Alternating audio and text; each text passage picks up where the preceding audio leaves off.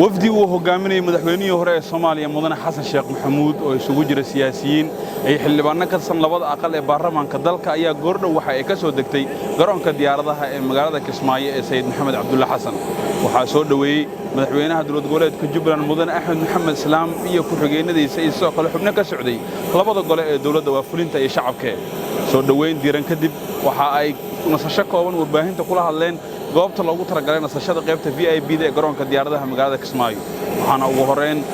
martida soo dhaweeyay oo hadlay madaxweynaha dowlad goboleedka Jubbaland mudane Axmed Maxamed Islaam waxaana ka mahadnaqay imaanshiyaha wufuudan tirada badan ee ka qayb galaya cali masaarka nastaciin ala amr diawdiin sallallahu ala sayyidina Muhammad ala alihi wa sahbihi ajma'in waxaan rabaa inaan aad ugu mahad celiyo madaxweyne Xasan Sheekh Maxamuud iyo waftiga ballaaran ee la socday odayaasha xildhibaanada iyo senatarada la socday waftiga ka midka ahaa uguna hambalyeeyo booqashada ay loogu yimaadeen iyo kifaax ay maalmo dhaweed ku jireen iyadoo wax badan oo culays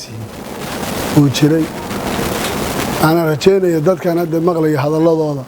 madaxweyne xasan sidan aan loogu dambeysay sidan aan noqonay wixii dadku sheegayeen bay ahayd laakiin waxaan leeyahay madaxweyne adiga waftiga aad baan idinkaga mahad celinayaa booqashada iyo kala soo qaybgalka nagala soo qayb gashay xafladda iyo ma aha midda kaliya wixii tashiyo wixii dana kale inaan inta way soo nimaadno adiga waftiga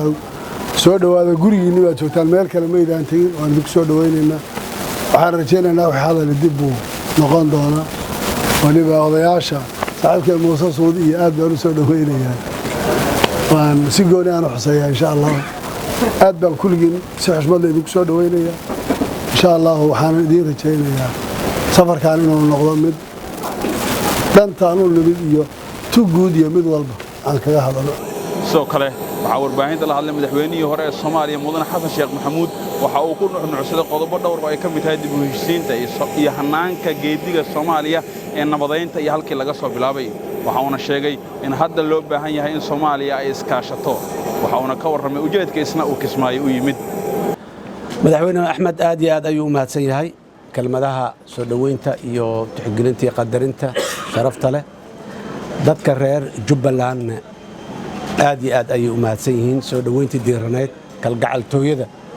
iyo walaaltinimada iyo xushmadda ay ku dheehneed aad iyo aad ayaan uga mahad celinaynaa maanta waxaan aragnay qiiro iyo dad iyo shacab runtii u taagan dawladnimadooda iyo maamulkooda iyo siyaasadooda iyo waxa iyagu ay qabsan karaan annay qabsadeen waxaan leenahay hambalyo guud ahaan shacabka reer Jubbaland waxaan leenahay hambalyo waxaan sidoo kale leenahay hambalyo hay'adihii ka soo shaqeeyay maxaan ku raadayay wanaagii iyo muxuu ahaay wixii halkan ka qabsoomay Soomaaliya geedi socod ayay ku jirtaa geedi socodkaas ay ku jirto meeshii ay saldhiga lahayd weli ma ayan gaarin inta jidka dheer lagu sii jira marka qarar laga dhaca iyo muxuu ahaay caqabada wadada hor yaalla iyo meelo lagu sii hantaaturiyoode iyo waa lala kulmayaa waxa bariyahan dhacayayna waxaas waxba kama duwana maanta diyaaradii ugu horeeyay ee keenay dadkii siyaasiyiinta ahaa ee ma tagi kartiin inta meesha la yiri dul qaatay ee aan dagaalamin ee aan fawda ka talinin ee maxaan ku iraahdaa si silmi ah oo nabad ah ku raadiya xalka ayaan anigu ugu horeeyaan imida in kala badan waa isoo daba socotaa way iman doonaan hadii alla yiraahdo dhamaan halkaana la isugu iman doonaa muhiimadda meesha la isugu yimiday dadka reer Jubbaland inaan u hambalyeeyno u muujino solidarity iyo processka ay galeen wixii caqabadaha iyo wixii gaabin ah oo jirana mar walba waa la saxayaa waa la sii hagaajinayaa hayaankaas dheer ayaa lagu jiraa talada Soomaaliya waxay ka go'daa dadka Soomaaliyeedna weelkii ay ku tashan lahaayeen iyo nidaamkii ay ku tashan lahaayeen way abuurteen dawlad dhexe oo dawladda federaalka Soomaaliya ay dhisteen dawlad goboleedyada dhisteen ay joogaan oo ayagu ay leeyihiin waxaan rabnaa in dadka lagu ixtiraamo waxa ay leeyihiin dawlad goboleedyaduna ay ku ixtiraamaan dawladda dhexe waxa ay leedahay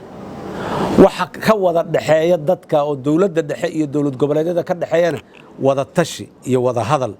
iyo is ixtiraam iyo isqadarin